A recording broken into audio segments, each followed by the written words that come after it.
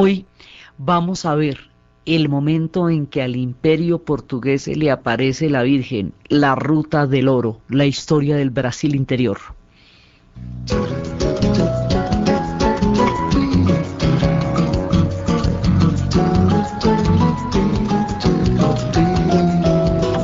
Meu Goiás, terra de Anhanguera e dos Carajás, és tesouro encantado no coração do Brasil, és privilegiado por riquezas mil, toda a pátria te bendiz, Goiás. Meu Goiás, terra de gente boa. La Ruta del Oro, como nos lo dice esta canción de Goiás, es un tesoro en el corazón del Brasil. Es el punto en que se va a crear el Brasil interior y va a ser una ruta que va a dar el polo de desarrollo a una región que hasta este momento estaba olvidada, que hoy se conoce como Minas Gerais y que es uno de los centros más importantes de historia del mundo brasilero.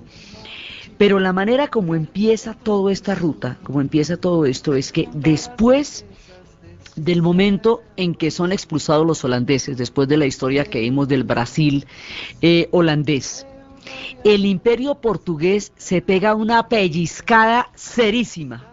Hasta ese entonces, hasta ese momento del relato, el Brasil no era la prioridad para el Imperio portugués. Tenían intereses más fuertes en la India o en China, pues en Goa o en Macao, o incluso en general en toda la montada de África, del mercado del comercio terrible de esclavos en África, pero Brasil, pues sí, chévere, pero no era la prioridad. Pero cuando ven los pasos de animal grande del Imperio portugués y se dan cuenta que la cosa del Imperio holandés y se dan cuenta que los holandeses realmente les estuvieron mordiendo los talones, entonces se pillan que hay que tener toda clase de refuerzos alrededor de las posesiones de Portugal en el territorio brasilero. Entonces se ponen las pilas. Por un lado, digamos, las guerras con Holanda van a crear una identidad luso-brasilera que antes no existía. Van a crear todo un medio social. Habíamos visto cómo a partir de estas guerras surge un sentido de pertenencia del Brasil entre los lusitanos, o sea, los portugueses, y la gente brasilera, ya nacida en el Brasil, y los esclavos libertos que fueron liberados para ser capitanes y guerreros en la guerra contra los holandeses, y los indios que también pelearon por el lado de ellos. Entonces se va formando la primera parte de lo que ellos llaman la mixturazao, esa mezcla que va formando el Brasil. Entonces ya hay, digamos, una parte de identidad y de pertenencia que es muy importante.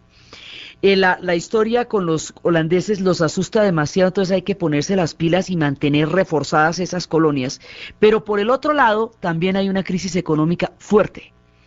La crisis económica y de todas maneras las consecuencias de esa prolongada guerra con Holanda, que también se ven a nivel económico, hacen que el Imperio portugués esté haciendo agua y necesitando rápidamente, pero ya, que se aparezca algo que lo rescate, que lo saque de esa crisis y que le permita retomar la supremacía mundial como imperio que ha tenido frente a lo que en ese momento es la gran riqueza española. La manera como a ellos se les va a resolver esto es como si se les hubiera aparecido la Virgen. Por eso empezamos así el programa, porque se van a encontrar con una mano de oro, la cosa más impresionante del mundo. Eso no se lo tenía imaginado nadie. ¿Cómo se lo encuentran? Empiezan a poner todos los esfuerzos en encontrar oro.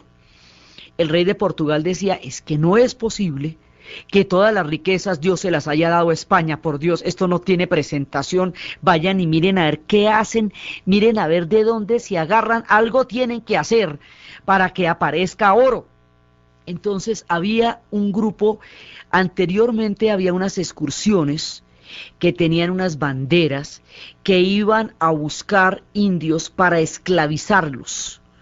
Las personas que dirigían esos grupos, inclusive con el apoyo de grupos indígenas que también formaban parte de esas excursiones y que eran los que ayudaban a buscar a los otros grupos indígenas para esclavizarlos. Habíamos visto toda esta parte en el Brasil indígena de lo que habían sido los mamelucos y todo esto, que eran todas esas historias de cómo se dio ese choque cultural tan fuerte entre el Brasil portugués y el Brasil indígena. Entonces, digamos, de esta beta de la historia, en Brasil van a aparecer mucho tipo de personajes y mucho tipo de historias y se van a ir desplazando los centros de poder a lo largo de la formación de este gigantesco pueblo. Entonces, por un lado, existían estos grupos que eran para cazar indios y para esclavizarlos. Ellos existían desde ya. Los caminos anteriormente, los caminos de penetración para el Brasil interior estaban dados por las milenarias rutas indígenas, por los caminos que también habían abierto las misiones jesuíticas y por los caminos que de aquí en adelante iban a ser transitados y abiertos con el fin de buscar indios, pero sobre todo de buscar oro. Ahora, las expediciones ya no estaban tanto encaminadas a la cacería y a la búsqueda de indios para la esclavitud, estaban encaminadas a la búsqueda de oro. Los personajes que van a crear estas expediciones y que las van a representar van a conocerse en la historia del Brasil como los bandeirantes, porque llevaban banderas, estandartes, eran, digamos, entraban en un territorio con una bandera y con un estandarte.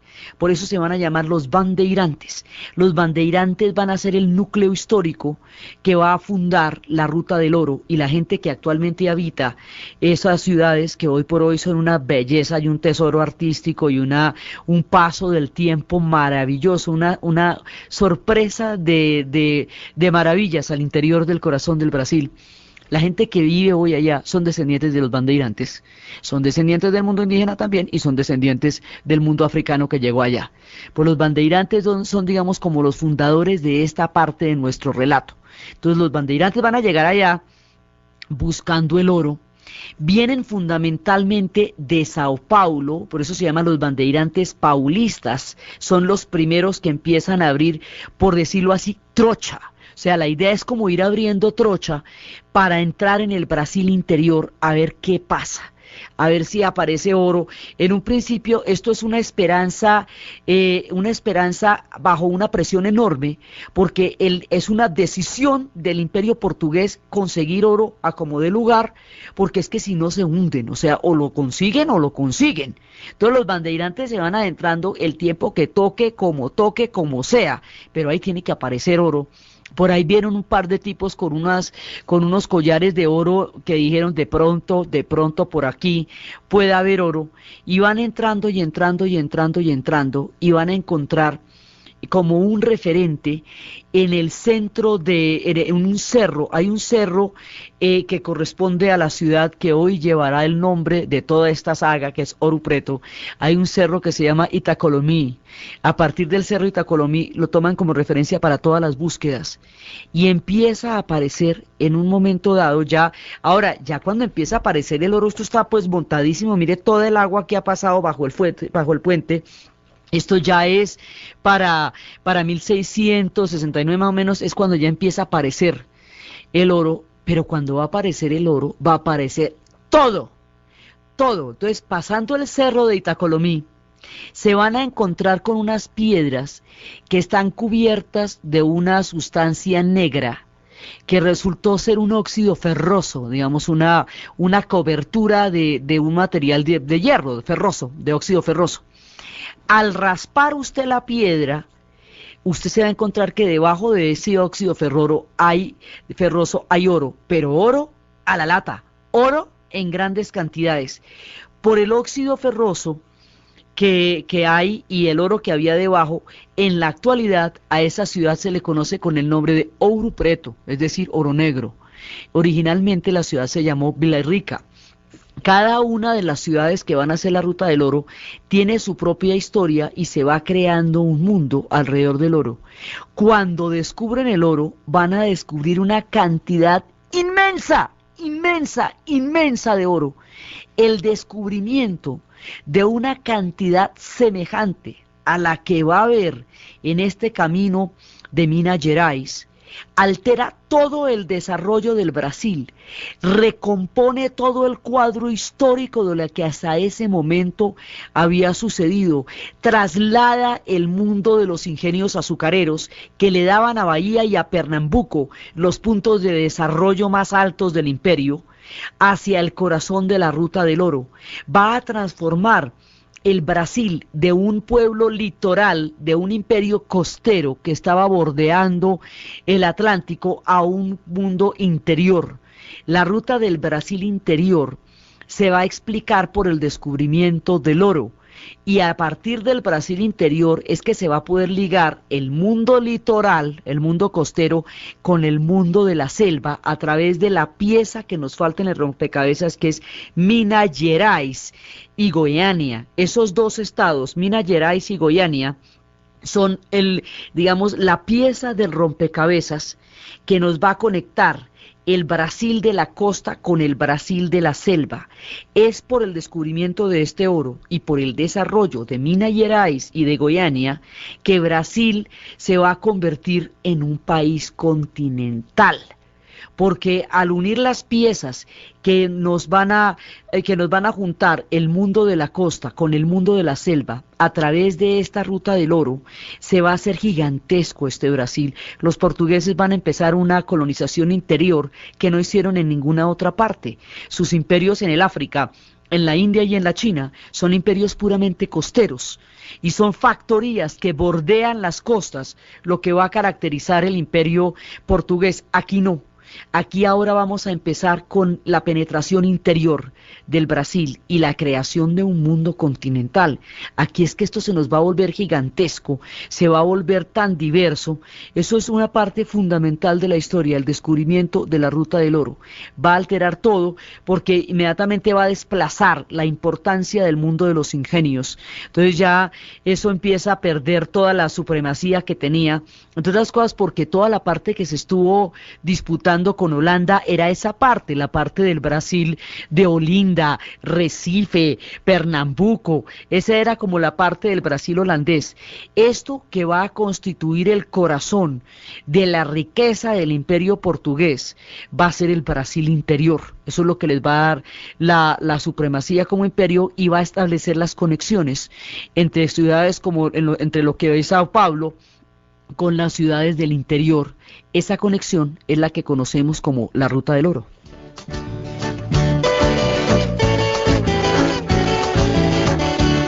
Sabia bebeu, sabia bebeu licor, sabia tocar viola, sabia paixão de amor.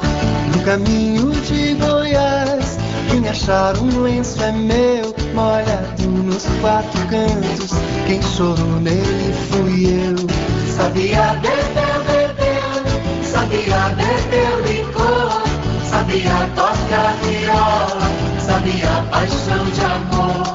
Ribeirão que corre água. La Ruta del Oro va a ser la conexión que se va a establecer entre las ciudades costeras y el Brasil interior.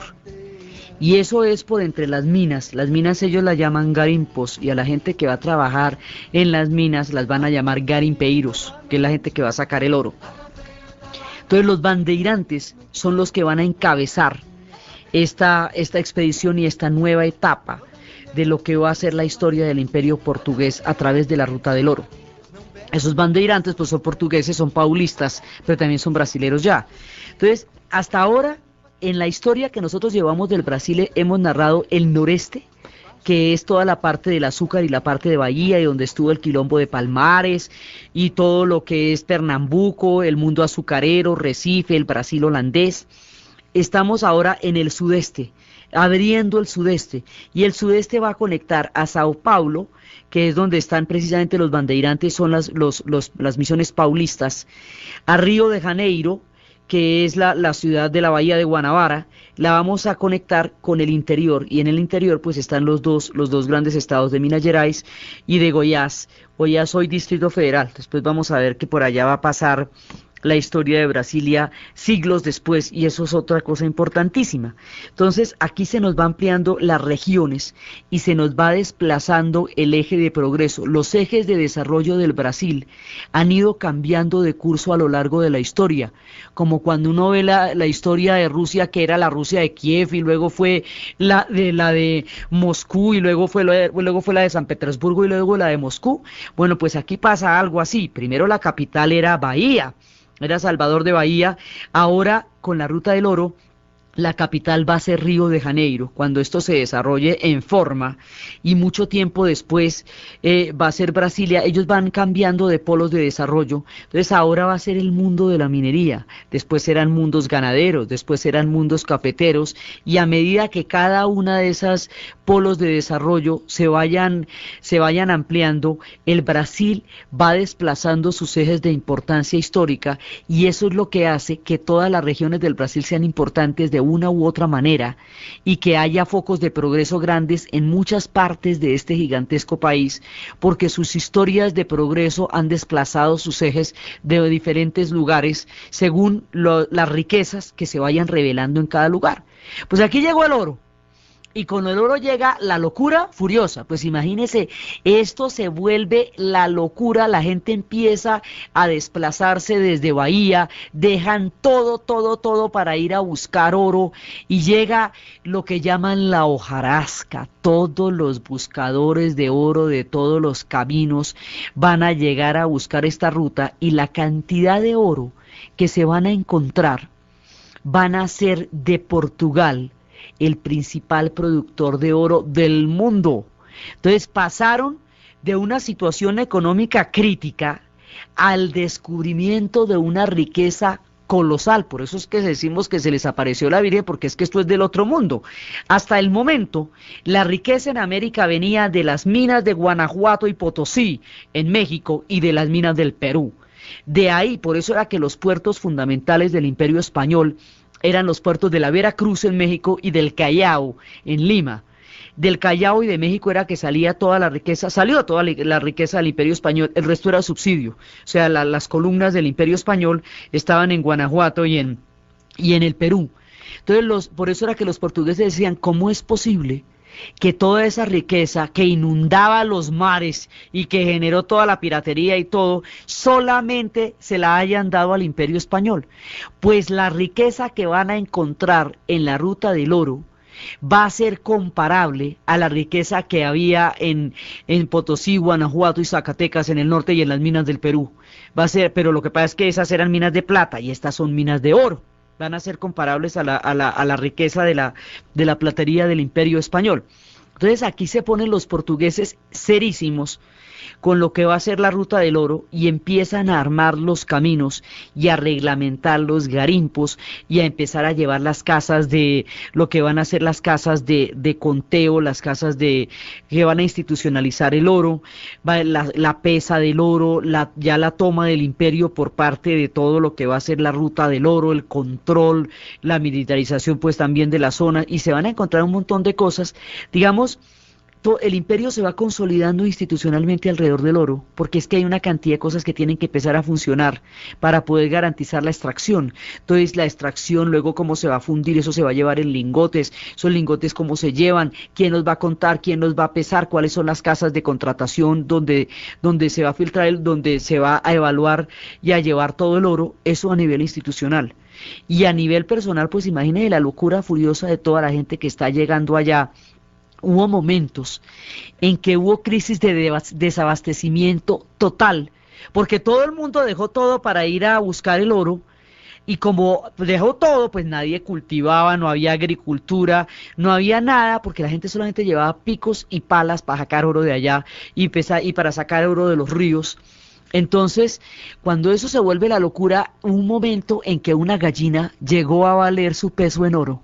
porque no se conseguía una gallina para un remedio. La gente comía de lo que hubiera, raíces, culebras, lo que fuera, porque la locura del oro fue como la fiebre del oro en California. Lo que pasa es que la fiebre del oro en California tiene miniseries y la historia del oro del Brasil no, pero es proporcionalmente hablando una cosa colosal que va a determinar que zonas enteras que eran antes el desarrollo y el progreso se van a ver despobladas para ir a buscar oro. De todos lados vienen a buscar oro, empieza la pelea, las guerras por el control de las minas de oro, empiezan las guerras por cuál es el camino cuál va a ser la ruta del oro, porque es que hay una primera ruta del oro que se conoce como el Camino Viejo. Esa primera ruta del oro empieza en una hermosísima ciudad costera, que eso es un paraíso precioso, precioso, porque son ciudades coloniales, como las ciudades coloniales nuestras, pero marinas. Entonces son ciudades, digamos, como, haga de cuenta, como Villa de Leyva, pero con mar. Entonces esa primera ciudad donde arranca el camino de la primera ruta se llama Parachi y es una belleza. Y ahí empieza el camino de las fortunas, de las aventuras, de la hojarasca, de todo lo que pasó, del sueño y de la alucinación que va a traer la historia de la ruta del oro en el Brasil, que es lo que vamos a ver después de la pausa.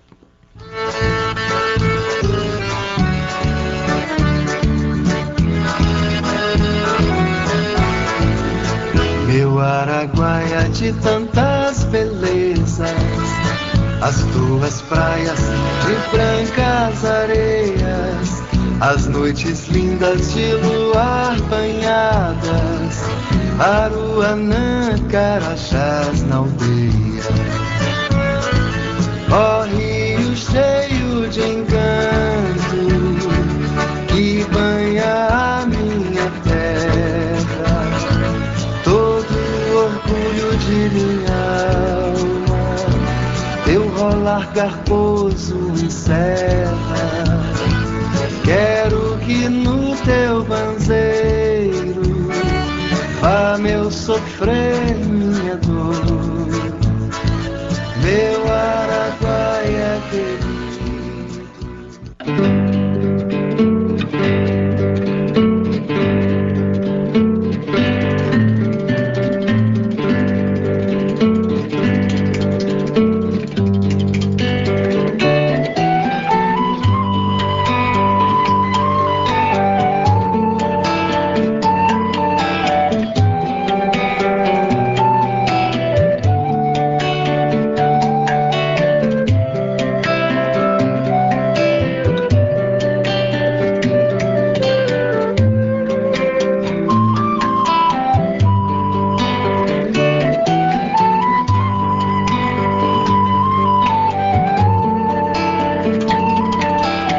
La ruta del oro va a enlazar todas estas historias y es la que va a hacer que súbitamente de 1693 a 1694 Brasil pase a ser el principal productor de oro del mundo, y eso, pero así, del mundo, y eso es lo que va a juntar todos los pueblos.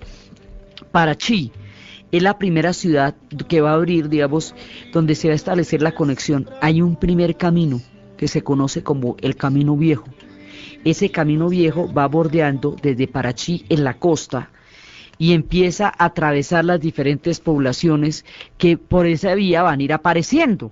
Entonces va a aparecer, va a pasar por Pasa Cuatro, por Capsum, por San Tomé de Letras, por San Vicente Madre de Deus, por Tiragentis. Después vamos a ver quién es ese personaje, para llegar a Ouro Preto.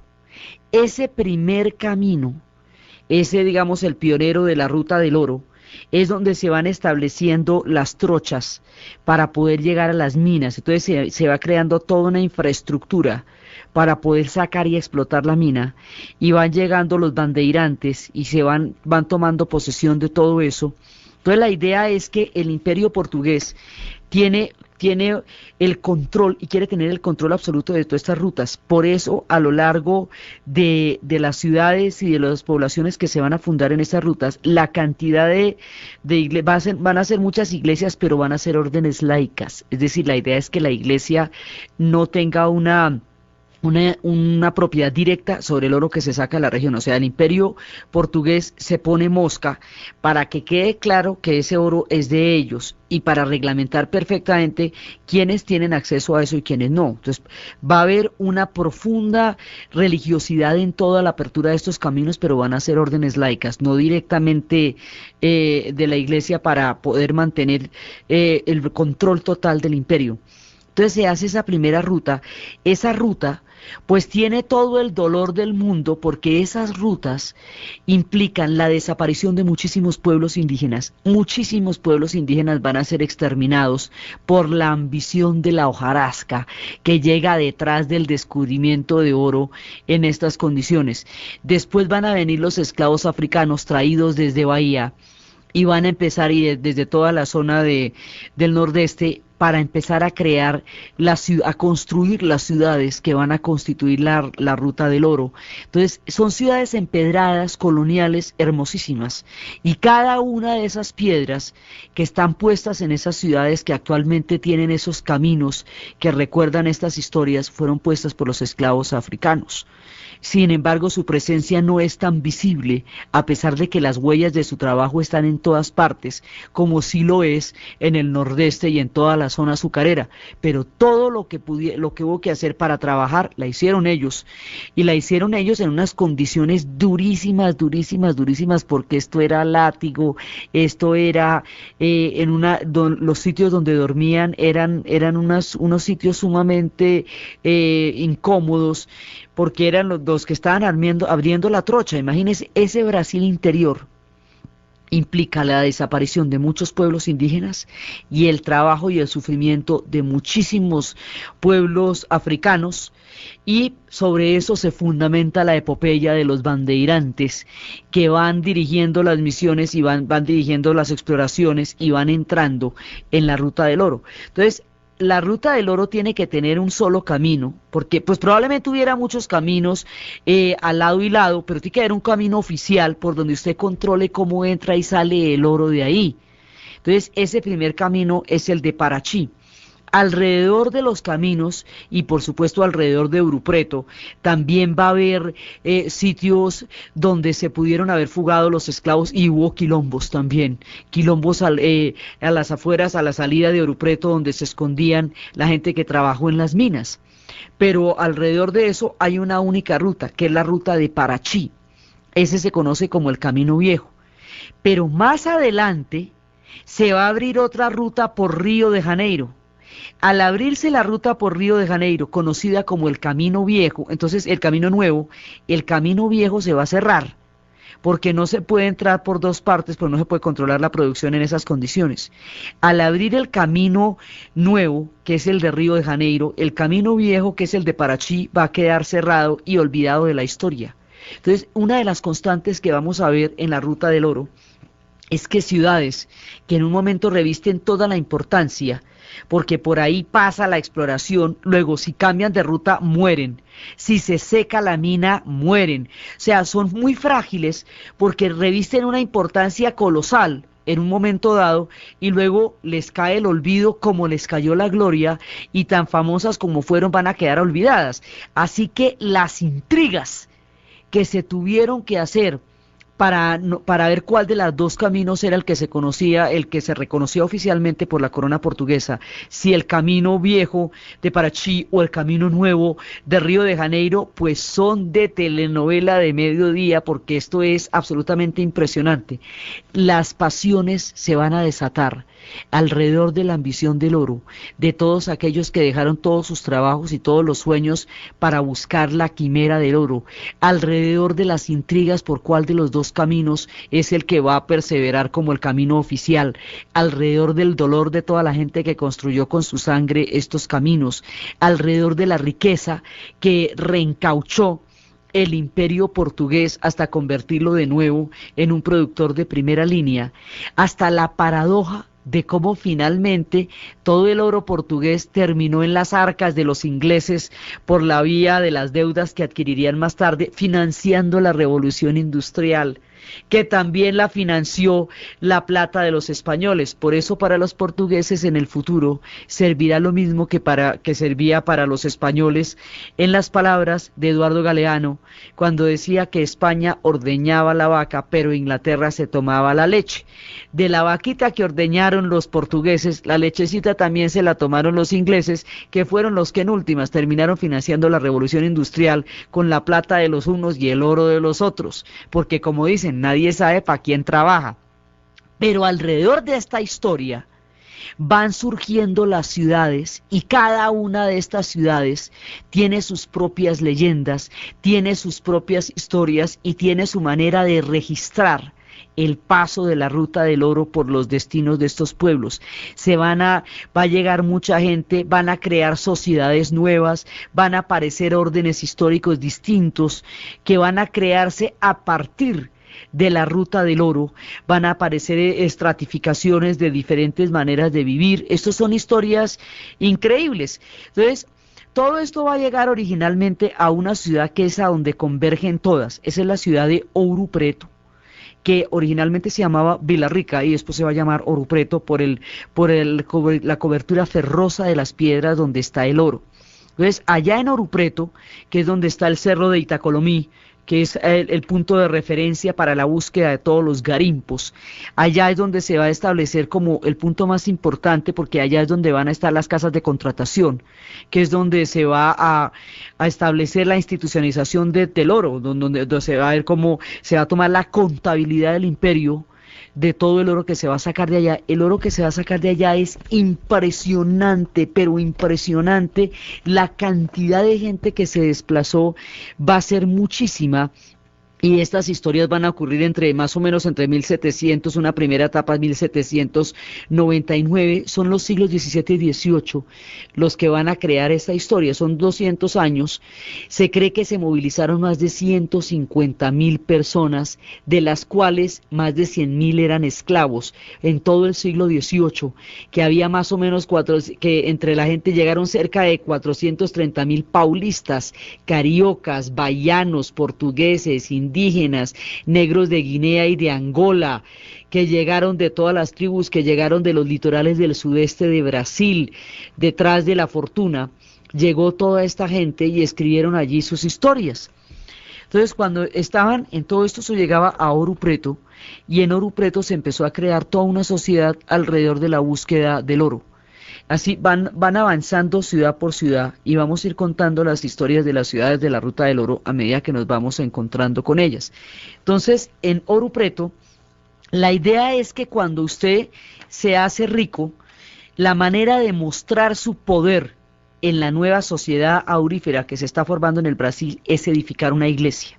Las iglesias se edifican de manera privada, porque como son órdenes laicas las que se están haciendo allá, es decir, pues son católicas, apostólicas y romanas, por supuesto, y están reconocidas, pero no son una participación de la iglesia como institución propiamente dicha en esa zona, sino que son construcciones privadas que son las iglesias en nombre de las cuales se va a demostrar la presencia del poder de una riqueza inmensa que se vive en la región.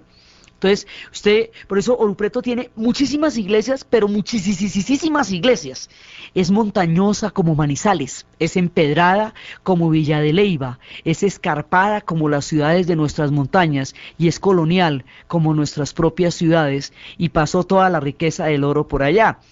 Entonces, allá se edificaron un montón de iglesias y cada una de esas iglesias correspondía a un estrato social. Las órdenes, la manera como se fueron creando, organizando socialmente, es a través de unas instituciones, especies de cofradías que llevan el título de hermandades. Esas hermandades van a crear especies de estratos sociales y cada una de esas hermandades tiene una iglesia. Entonces la iglesia de los blancos, bandeirante, digamos la iglesia de la gente que tiene más acomodada, es la iglesia de Nuestra Señora del Pilar y esa iglesia es totalmente revestida en oro, son altares. Los altares de las iglesias portuguesas en el Brasil tienen unas aplicaciones de madera recubierta en oro sobre las paredes, digamos, no, son superpuestos, o sea, el altar se hace por fuera y luego se pega a las estructuras de la iglesia, y allá se va llenando con todos los santos. Todos los altares están totalmente recubiertos de oro, pero de principio a fin son láminas y láminas y láminas de oro puro que van a recubrir eso, dándole una vistosidad y una majestuosidad impresionantes. Y están las dos salidas por donde el Padre habla, los púlpitos, que son 2 a cada lado, y empiezan a crear toda esa magnífica arquitectura de las iglesias, del interior de las iglesias del Brasil. Entonces la más refulgente es Nuestra Señora del Pilar, la de los blancos. Ellos llaman a lo que nosotros llamamos mestizos, ellos lo llaman pardos. Está la iglesia de los pardos, que es la iglesia de San Francisco de Asís, que la va a ser uno de los personajes que va a ocupar una mención muy especial dentro de nuestra historia, porque es uno de los poetas, de los escultores más importantes en toda la historia del Brasil. Él es quien permaneció cuando los tiempos del oro se fueron, cuando las minas se agotaron. Él es el legado de la historia de esta época. Él es quien conoció la inmortalidad, Alei Jairzinho. Alei Jairzinho es un escultor de primera línea, un hombre con todo el talento del Renacimiento, perdido en el corazón aurífero del Brasil. Este hombre tenía una enfermedad que fue mellando sus brazos y sus piernas, y todavía hay especulaciones acerca de la enfermedad. Él desarrolló una serie de esculturas, y después vamos a seguir contando historias de Alei Jairzinho, porque él es el señor de la ciudad de Ouro Preto. Él es, digamos, la huella del arte y de la vida y de la maestría en la ciudad del corazón de la Ruta del Oro, en Ouro Preto. Entonces allá se van a crear las hermandades. La iglesia que hizo, donde está su obra, la iglesia de San Francisco de Asís, es la de los pardos. Hay otra iglesia, que es la iglesia de Santa Ifigenia. La iglesia de Santa Ifigenia corresponde a la hermandad de los esclavos libertos, que, como habíamos visto, era un estrato que había salido a partir de las guerras con los holandeses. De esa iglesia de los esclavos libertos está la historia de Chico Rey, y la historia de Chico Rey es la historia de un rey africano grandioso en sus tierras de origen, que cayó en desgracia y fue llevado como esclavo al Brasil. Al ser llevado como esclavo, fue desprovisto de sus títulos, como todos los africanos que llegaron en condiciones de miseria a esas tierras, y empezó a acumular oro entre el pelo y las uñas. Era una manera en que ellos podían comprar su libertad. Si usted tenía el precio en oro para comprar su libertad, usted podía ser un esclavo liberto. Chico Rey fue acumulando oro entre el pelo y las uñas durante mucho tiempo, hasta poder comprar no solamente su libertad, sino la libertad de todos sus amigos. Al comprar la libertad de todos sus amigos, con lo que recogió de oro, erigió una iglesia, la iglesia de Santa Ifigenia. Era la manera de mostrar una presencia histórica en el corazón de la sociedad de Villarrica y después Ouro Preto, en el centro de la Ruta del Oro. Entonces, esa iglesia, a diferencia de la iglesia de Nuestra Señora del Pilar y la de San Francisco, no tiene toda esa cantidad de láminas de oro, porque el oro no era para recubrirla, sino para pagar el trabajo de la gente que la construyó, como un acto de respeto dentro de la hermandad de los esclavos libertos. Esa iglesia, siendo romana, apostólica y cristiana, está totalmente llena de sincretismos. Tiene símbolos de candomblé dentro de la madera tallada, tiene los santos que se establecen las equivalencias con las religiones africanas, tiene pasajes de África pintados en sus paredes, tiene papas negros en los techos, es un código cifrado del mundo africano dentro de las formas de las iglesias cristianas. Tiene todas las especificaciones de una iglesia cristiana, es una iglesia romana, pero está recubierta del mundo africano, es críptico entre las conchas y entre las figuras de la madera tallada, representando la supervivencia de toda esa historia y de todo ese pueblo. Cuando erigió esa iglesia, Chico Rey fue nombrado rey en el Brasil. Fue rey en África, fue rey en el Brasil, y esa iglesia es el testimonio de él y del pueblo liberto que él representa.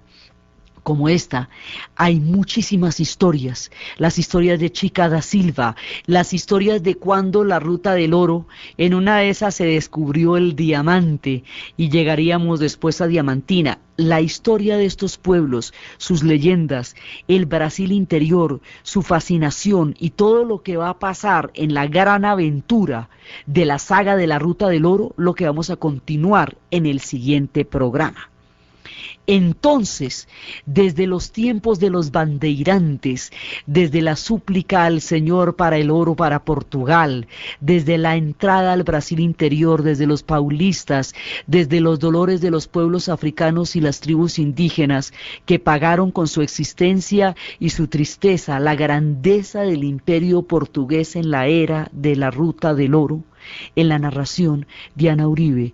En la producción, Jessy Rodríguez. Y para ustedes, feliz domingo. Na atração da riqueza do teu ouro e cristal, brasileiro do norte, quer do centro ou do sul, vem cantar as belezas deste céu azul.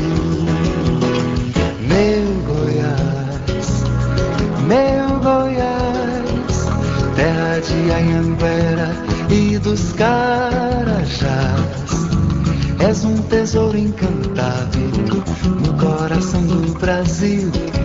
És privilegiado por riquezas mil, toda a pátria te bendiz, Goiás. Meu Goiás, terra de gente boa e de povo audaz.